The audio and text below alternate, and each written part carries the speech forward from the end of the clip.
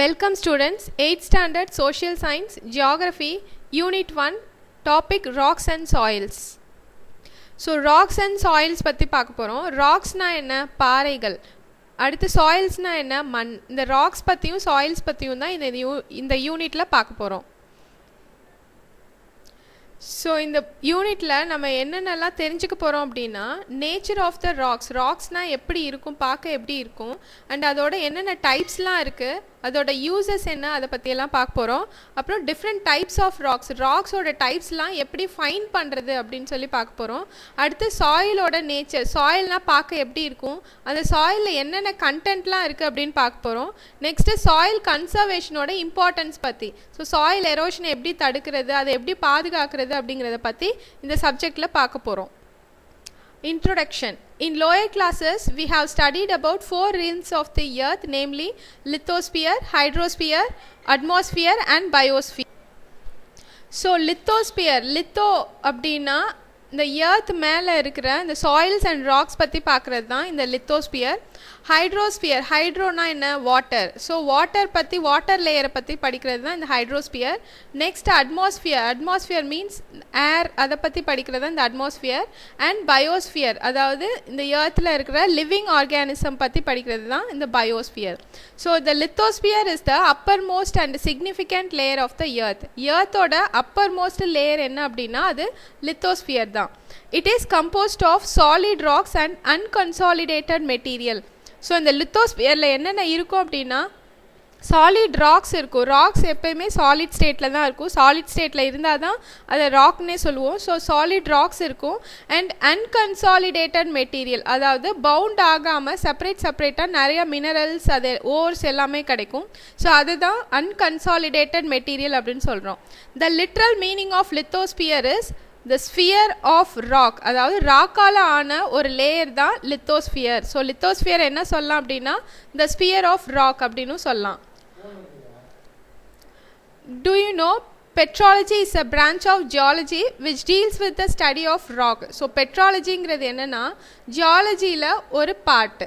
இதில் என்ன படிப்போம் அப்படின்னா இந்த ராக்ஸ் பற்றியெல்லாம் படிக்கிறது தான் பெட்ராலஜி. இந்த பெட்ராலஜிங்கிற நேம் எதுலேருந்து வந்தது அப்படின்னா க்ரீக் வேர்ட் பெட்ரஸ் அப்படிங்கிற வேர்ட்லேருந்து தான் இந்த பெட்ராலஜி அப்படிங்கிற நேமை டிரைவ் பண்ணாங்க. பெட்ரஸ் அப்படின்னா ராக்குன்னு அர்த்தம், லோகஸ் அப்படின்னா ஸ்டடின்னு அர்த்தம். ஸோ இந்த ராக்கை பற்றி படிக்கிறதுனால தான் இதை பெட்ராலஜி அப்படின்னு சொல்கிறாங்க.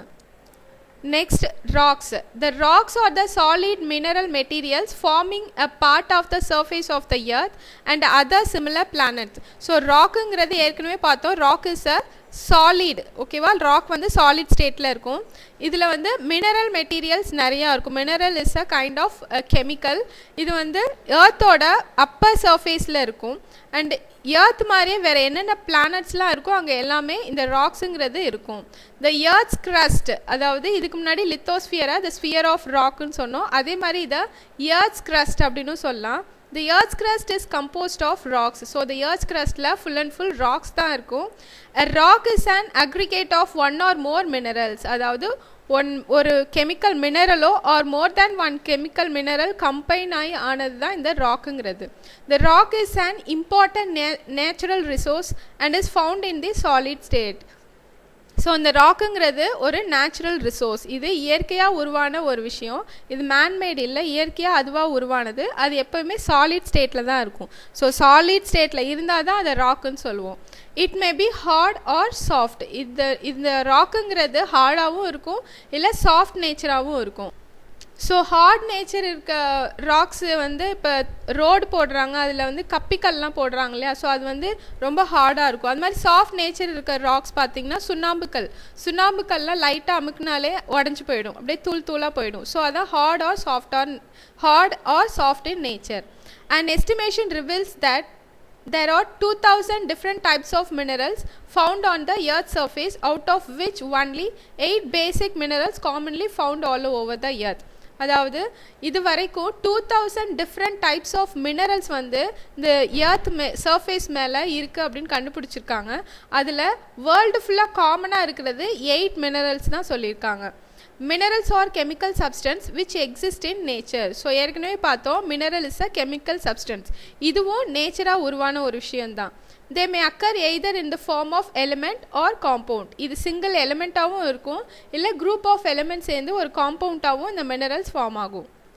Next is classification of rocks. According to the mode of formation, the rocks are classified into 3 types. அதாவது இந்த rock எப்படி form ஆகுது அப்படிங்கறத வச்சு இந்த rock 3 classify பண்ணிருக்காங்க. That is igneous rocks, sedimentary rocks and metamorphic rocks. இந்த rocks ஓட classification பாருங்க. இந்த rockல 3 types இருக்கு. igneous, sedimentary and metamorphic. இதுல again sub classification இருக்கு. அதாவது igneous intrusive igneous and extrusive igneous ன்னு பிரிக்கிறாங்க. and sedimentary rocks organic, inorganic, chemical, mechanical அது மாதிரி பிரிக்கிறாங்க. and metamorphic thermal and dynamic ன்னு பிரிச்சிருக்காங்க. first igneous rocks பத்தி பார்க்கலாம்.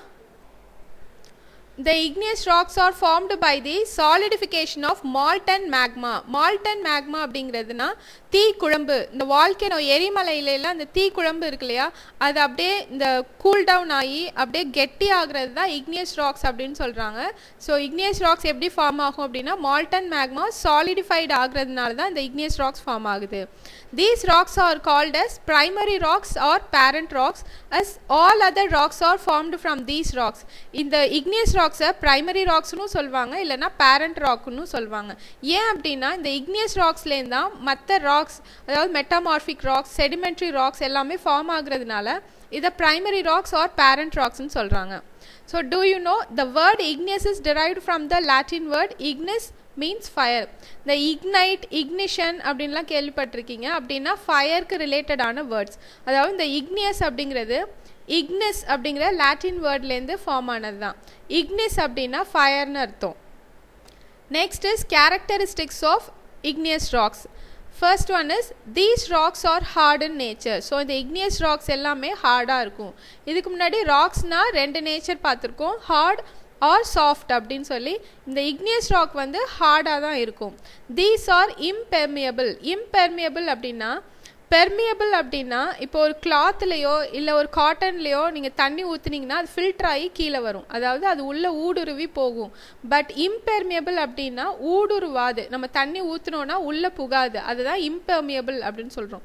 ஸோ இந்த ராக்கில் தண்ணி ஊற்றுனா உள்ளே போகாது. இப்போ லைம்ஸ்டோன் சுண்ணாம்பு கட்டிலெல்லாம் தண்ணி ஊற்றுனா என்ன ஆகும், அது அப்படியே ஊறி உடையும் இல்லையா, ஏன்னா அது உள்ளே அந்த தண்ணி போகிறதுனால அது ஊறி போகும். ஸோ பட் igneous ராக்ஸில் தண்ணி போகாது, அதனால தான் இதை இம்பர்மியபிள் அப்படின்னு சொல்கிறாங்க. They do not contain fossils. Fossils அப்படின்னா ரொம்ப நாளைக்கு முன்னாடி இறந்து போன அனிமலோட படிவம் இல்லைன்னா ஒரு பிளான்ட்டோட படிவம் இருந்துச்சுன்னா அதுதான் ஃபாசில்னு சொல்லுவாங்க. இந்த igneous ராக்ஸ் வந்து வால்கேனோலேருந்து உருவாகிற வால்கேனோ மால்டன் மேக்மாலேருந்து வர்றதுனால அங்கே உயிர்கள் இருக்கிறதுக்கான சான்சஸ் பாசிபிலிட்டிஸ் ரொம்ப கம்மி. அதனால இந்த ராக்ஸில் ஃபாசில்ஸ் இருக்க சான்ஸ் இல்லை. they are associated with the volcanic activities. அதாவது volcanic activities வால்கேனோலேருந்து வர்ற தீ குழம்புலேருந்து வர்றதுனால இதுக்கும் வால்கேனோக்கும் ஒரு நல்ல ஒரு ரிலேஷன்ஷிப் இருக்குது. These rocks are useful for construction works. So இது பில்ட் பண்ணுறதுக்கெலாம் இந்த ராக்ஸை யூஸ் பண்ணுறாங்க. ஸோ igneous ராக்ஸில் 2 types இருக்குன்னு பார்த்தோம். அது என்னென்ன அப்படின்னா extrusive igneous and intrusive igneous. So extrusive igneous rocks. Can you visualize the lava come out from the volcano? So இந்த பிக்சரில் பார்த்தீங்கன்னா இது அந்த ரெட் கலரில் இருக்கு இல்லையா, இதுதான் லாவா, அதாவது தீ குழம்பு, மால்டன் மேக்மான்னு சொல்லுவோம். இது எல்லாமே இது வழியாக வெளியில் வர்றது, அந்த கொதிச்சு வெளியில் வர்றதை பார்க்குறீங்க இல்லையா, இதுதான் lava. So the lava is actually a fiery red molten magma. அந்த ரெட் கலரில் வர்ற தீ குழம்பை தான் லாவான்னு சொல்கிறோம். இந்த ரெட் கலர் மால்டன் மேக்மா எங்கேருந்து வரும் அப்படின்னு இந்த எர்த்தோட இன்டீரியர் சர்ஃபேஸ்லேருந்து தான் இந்த மால்டன் மேக்மா எல்லாமே. After reaching the earth surface, the molten material gets solidified and form rock. So இந்த தீ குழம்பு இந்த லாவா வந்து வெளியில் வந்ததுக்கு அப்புறம் கூலாகி அது அப்படியே ராக்காக ஃபார்ம் ஆகிடும். Rocks formed in such a way on the crust are called extrusive igneous rocks. அதாவது எர்த்துக்குள்ளேருந்து வெளியில் வந்து அதுக்கப்புறம் அது கூலாகி ராக்காக ஃபார்ம் ஆகுறதுனால அது extrusive igneous rocksன்னு சொல்கிறாங்க. These rocks are fine grind and glassy in nature due to rapid solidification. அதாவது இது பார்க்குறதுக்கு ரொம்ப கிளாஸியாக இருக்கும். இதோட எக்ஸாம்பிள் என்ன சொல்லலாம் அப்படின்னா basalt found in the north western part of peninsular India. So north வெஸ்ட்டில் வந்து இந்த பேசல்ட்டுங்கிற ராக் ஃபார்ம் ஆகிருக்கும். இதுதான் example of the extrusive igneous rocks. Next is intrusive igneous rocks. The molten magma sometimes cool down deep inside the earth's crust and become solid. அதாவது extrusive igneous ராக்ஸ்னால் என்ன சொன்னோம், எர்த்துக்கு உள்ளேருந்து வெளியில் வந்து சாலிடிஃபை ஆனால் அது எக்ஸ்ட்ரூசிவ். ஸோ எர்த் க்ரஸ்ட்டுக்குள்ளேயே அது solidify ஆனால் அது intrusive. The rocks formed in this way is called intrusive rocks. Since the cool down slowly and form crystals, இது வந்து உள்ளவே கூல் டவுன் ஆகுறதுனால ரொம்ப ஸ்லோவாக தான் கூல் ஆகும். ஸோ அதனால கிறிஸ்டல் மாதிரி ஃபார்ம் ஆகிடும். அதனால இதை கிறிஸ்டலைன் ராக்ஸ்னு சொல்லுவாங்க. எதை கிறிஸ்டலைன் ராக்ஸ்னு சொல்லுவாங்க? இன்ட்ரூசிவ் இக்னியஸ் ராக்ஸை கிறிஸ்டலைன் ராக்ஸ்னு சொல்லுவாங்க. ஸோ அந்த இன்ட்ரூசிவ் இக்னியஸ் ராக்ஸை அகெயின் ஸ்ப்ளிட் பண்ணியிருக்காங்க. என்ன அப்படின்னா plutonic rock, hypabyssal rocks. So இந்த இக்னியஸ் ராக்ஸை இன்ட்ரூசிவ் இக்னியஸ் ராக்ஸை 2 டைப்ஸாக ஸ்ப்ளிட் பண்ணியிருக்காங்க. என்னென்ன அப்படின்னா plutonic rocks and hypabyssal rock. So intrusive ராக்ஸ்னால் என்ன பார்த்தோம், எர்த் க்ரஸ்ட்டுக்குள்ளே ஃபார்ம் ஆகிற ராக்ஸ் தான் இன்ட்ரூசிவ் ராக்ஸ்ன்னு சொன்னோம். அதிலே ப்ளூட்டானிக் ஹைப்பாபைசல்னு சொல்லியிருக்காங்க. ப்ளூட்டானிக் ராக்ஸ் அப்படின்னா டீப் எர்த்தோட டீப் லேயரில் ஃபார்ம் ஆனால் அது வந்து ப்ளூட்டானிக் ராக்ஸ். இதே கொஞ்சம் மேலோட்டமாக ஃபார்ம் ஆனிச்சு அப்படின்னா, அதாவது ஷாலோ டெப்த்தில் ஃபார்ம் ஆனிச்சுன்னா அதை ஹைப்பாபைசல் ராக்ஸ் அப்படின்னு சொல்கிறாங்க. ஸோ இதுக்கு எக்ஸாம்பிள், இந்த ப்ளூட்டானிக் ராக்ஸுக்கு எக்ஸாம்பிள் என்னென்ன அப்படின்னா granite, diorite, gabbro. And ஹைப்பாபைசல் ராக்ஸுக்கு example என்ன அப்படின்னு பார்த்தீங்கன்னா டோலரைட். Next is sedimentary rocks. The word sedimentary has been derived from Latin word sedimentum, means settling down. அதாவது செடிமெண்ட்ரி ராக் அப்படிங்கிறது லாட்டின் வேர்ட் செடிமெண்டம் அப்படிங்கிற வேர்ட்லேருந்து தான் டிரைவ் பண்ணியிருக்காங்க. அப்படின்னா செட்டிலிங் டவுன். அதாவது செடிமெண்ட்ரி ராக்ஸ் அப்படிங்கிறது என்ன அப்படின்னா, இப்போ மழை பெய்யுது, இல்லை வேகமாக காற்றடிக்குது, இல்லை ஃப்ளட்டு வருது அப்படின்னா இந்த மண் எல்லாம் அரிச்சிட்டு போய், மண் மட்டும் இல்லாமல் இந்த பிளான்ஸ், இந்த உதிர்ந்த இலை, இது மாதிரி தூசு, அது எல்லாத்தையுமே அடிச்சுட்டு போய் ஒரு ஓரத்தில் தேக்கி வச்சிரும். அந்த தேக்கி வச்ச மண் ரொம்ப நாள் எந்த டிஸ்டர்பன்ஸுமே இல்லாமல் அது பாட்டுக்கு இருந்துச்சுன்னா அது வந்து ஒரு ராக்காக ஃபார்ம் ஆகிடும். அதை தான் செடிமெண்ட்ரி ராக்ஸ் சொல்கிறோம். அந்த செட்டில் ஆகிறது தான் செடிமெண்டம் அப்படின்னு சொல்லுவோம். The sedimentary rocks are formed by the sediments derived and deposited by various agents. So sedimentary rocksனா என்ன, செட்டில் ஆகுறது, டெபாசிட் ஆகுது, ஒரு கார்னரில் போய் டெபாசிட் ஆகுறது பை வேரியஸ் ஏஜென்ட்ஸ். அப்படின்னா ஏர், ஃப்ளட், வாட்டர். ஸோ இதான் இந்த மாதிரி ஏஜென்ட்ஸ்னால ஒரு கார்னரில் போய் டெபாசிட் ஆனிச்சுன்னா அதை செடிமெண்ட்ரி ராக்ஸ்ன்னு சொல்லுவாங்க. Due to high temperature and pressure, the undisturbed sediments of long period sedimented to form sedimentary rocks. So ரொம்ப நாள் வந்து அதை டிஸ்டர்ப் பண்ணாமல் இருந்தால் அதில் ப்ரெஷர்னாலையும் அதிகமாக வெயில் அது மாதிரி டெம்பரேச்சர் சேஞ்ச் ஆகுறதுனாலையும் அது ஒரு ராக்காக ஃபார்ம் ஆகிடும். So sedimentary rock consist of many layers which were formed by the sediments deposited at different period. So அதாவது மழை காலத்தில் கொஞ்சம் போய் தேங்கும், அதுக்கப்புறம் காற்றடிக்கும் போது கொஞ்சம் போய் தேங்கும், அப்புறம் ஃப்ளட்டு வந்துச்சுன்னா கொஞ்சம் போய் தேங்கும். இது மாதிரி லேயராக வேறு பீரியடில் போய் தேங்குறதுனால இந்த செடிமெண்ட்ரி ராக்ஸ் வந்து லேயராக ஃபார்ம் ஆகிருக்கும். As it consist of many strata, இது மாதிரி நிறையா லேயர்ஸ் இருக்கிறதுனால இதை ஸ்ட்ராட்டிஃபைடு ராக்ஸ் அப்படின்னு சொல்கிறாங்க. Do you know sedimentary rocks are the important source of natural resource like coal, oil, natural gas. அதாவது நிலக்கரி, எண்ணெய், மீத்தேன் கேஸ் இதெல்லாம் வர்றதுக்கு செடிமெண்ட்ரி ராக்கும் ஒரு major source. Next is characteristics of sedimentary rocks. So sedimentary ராக்ஸில் என்ன இருக்கும், நிறைய லேயர்ஸ் இருக்கும்னு பார்த்தோம். இது வந்து non crystalline rock. So igneous rocks is a crystalline rock, இது நான் கிறிஸ்டலைன் ராக்ஸ். ஸோ இதில் வந்து ஃபாசில்ஸ் இருக்கும். ஏன் அப்படின்னா இப்போது மக்கி போன இலைகள், இல்லை எதுவும் செத்து போய் கிடக்கிற எதுனா ஒரு அனிமல், இது எல்லாமே ஒரு ஓரத்தில் அந்த ராக்காக போய் அந்த ஓரத்தில் போய் டெபாசிட் ஆகி அது ராக்காக ஃபார்ம் ஆகுறதுனால இதில் ஃபாசில்ஸ் எல்லாமே இருக்கும். They are soft and get eroded easily. இது ரொம்ப சாஃப்டாக இருக்கும், உடைச்சா ஈஸியாக உடைக்க முடியும். Do you know oldest sedimentary rocks of the world has been identified in Greenland, estimated as 3.9 billion years ago. old, that is sedimentary rockனா என்ன பார்த்தோம், ரொம்ப நாள் தேங்கி ஒரு ஓரமாக டெபாசிட் ஆகிருக்க ராக்கு தான் sedimentary rock அப்படின்னு சொல்கிறோம். ஸோ ரொம்ப நாள் டிஸ்டர்ப் ஆகாமல் ஒரு ராக் ஒன்று ஃபைண்ட் பண்ணியிருக்காங்க. அது எங்கன்னா கிரீன்லேண்டில். அதோட ஏஜ் என்னன்னு பார்த்தீங்கன்னா 3.9 years old. Next is type of sedimentary rocks. So sedimentary rocksல என்னென்ன டைப்ஸ் பார்த்தோம், organic sedimentary rocks, mechanical sedimentary rocks and chemical sedimentary rocks. So first, organic sedimentary rocks. These rocks are formed as a result of decomposition of dead plants and animals. அதாவது செத்து போன பிளான்ஸும் அனிமலும் சேர்ந்து form ஆனது தான் இந்த organic sedimentary rocks. So இதில் எந்த மினரல்ஸும் கெமிக்கலோ இருக்காது. So it contains fossils. So செத்து போன பிளான்ஸும் அனிமல்ஸும் ரொம்ப நாள் அப்படியே இருந்துச்சு அது எப்படின்னா அதை ஃபாசில்ஸ் அப்படின்னு சொல்லுவோம். ஸோ இந்த ஆர்கானிக் செடிமெண்ட்ரி ராக்ஸில் ஃபாசில்ஸ் இருக்கும்.